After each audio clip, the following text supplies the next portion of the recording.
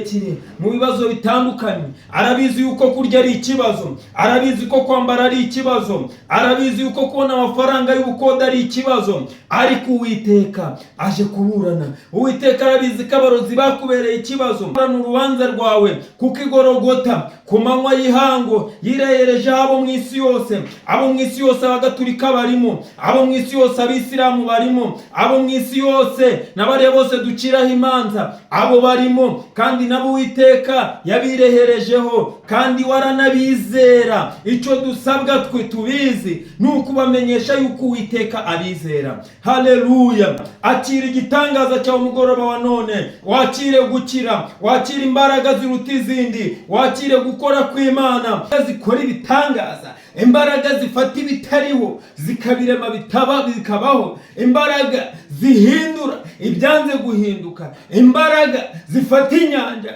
zikayicagaguramo, imbaraga zikomeye. Uyu munsi njyewe pasiteri bose barakizwa, umushumba w'itorero bose barakizwa, cace itorero rikorera ku isi hose. Ndagira ngo ngutangarize ubutumwa bwiza umugoroba wa none. Ndagutangariza ubutumwa bwiza wowe uryamye mu bitaro umugoroba wa none. Ndagutangariza ubutumwa bwiza wowe washatse amafaranga bikanga. Ndagutangariza ubutumwa bwiza wowe wagerageje ibyo ugerageje byose ntibikunde. Mu izina rya Yesu uyu munsi nakuzaniye ijambo ry'Imana riboneka mu gitabo cya Yesaya ibice byawo 51 duhereye ku murongo wa 21. Haravuga ngo, nuko rero noneho umva ibi yewe urengana ugasinda utanyoye vino, umva urubanza Uwiteka ari kuburanira abantu be mu izina rya Yesu. Aravuze ngo hari igihe usinda ukamera nk'uwanyoye ibidandabiranya,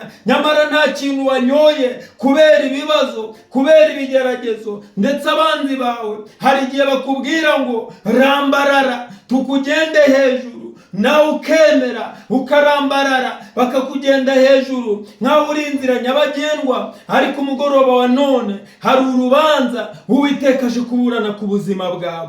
Uwiteka aje kuburana ku buzima bwawe. Arabizi ko warenganye inshuro nyinshi, arabizi ko wasuzuguwe, arabizi yuko aho utuye nta jambo ugira, ariko umva urubanza Uwiteka ari kuburana umugoroba wa none. Ari kukubwira ngo agiye kukwaka icyo gikombe kiri mu ntoki zawe, igikombe cy'ibidandabiranya, igikombe cy'ibigeragezo, igikombe cy'ibibazo. Narangiza ngo agifate agishyire mu ntoki z'abakurenganyaga, maze nawe nurangiza ubeho neza. Hari igihe abantu bakurenganya, nawe koko wakireba mu bantu ukabona uri igitutsi, ukabona ntacyo umaze, ukabona ni wowe ukwiye gusuzugurwa. Ariko ibyo byose Uwiteka yarabibonye kandi aramanutse. Uwiteka amanutse ku buzima bwawe. Uwiteka aje kukurengera. Uwiteka aje kugukiza icyo gisuzuguriro. Uwiteka yimanukiye ngo kubwo gusuhuza imitima ku munyamubabaro, ngo noneho ndahagurutse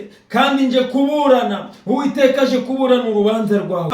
Uwiteka arabizi, ariko umugoroba nk'uyu Uwiteka yangendereye. Njyewe umushumba w'itorero bose barakizwa, ngo nze nkubwire wowe mukristo, wowe muisilamu, wowe mugatulika, wowe mudive, Uwiteka aje kuburana urubanza rwawe.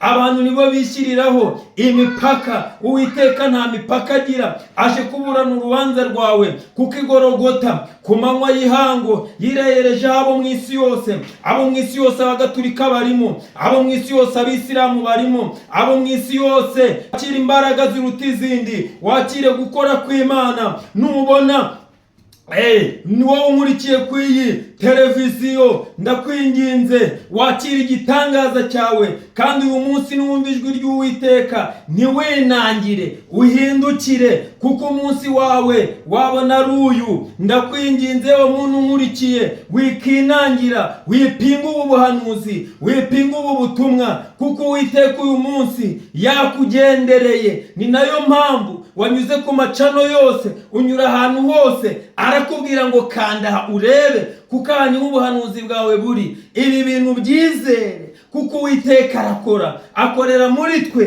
kuko twe turi akanwa k'Imana. Twe dushinzwe kumuvugira akadusukaho umwuka we. Ndakwinginze rero kanda subscribe kw'iyi shene kugira ngo uyiteze imbere, ubu butumwa bwiza bugere kure. Kandi nimba wanyuzwe cyangwa ufite ikigeragezo runaka, twandikire muri komenti, tugusengere, tuguhanurire, Uwiteka kugirire neza. Mwakire neza ijambo ry'Imana.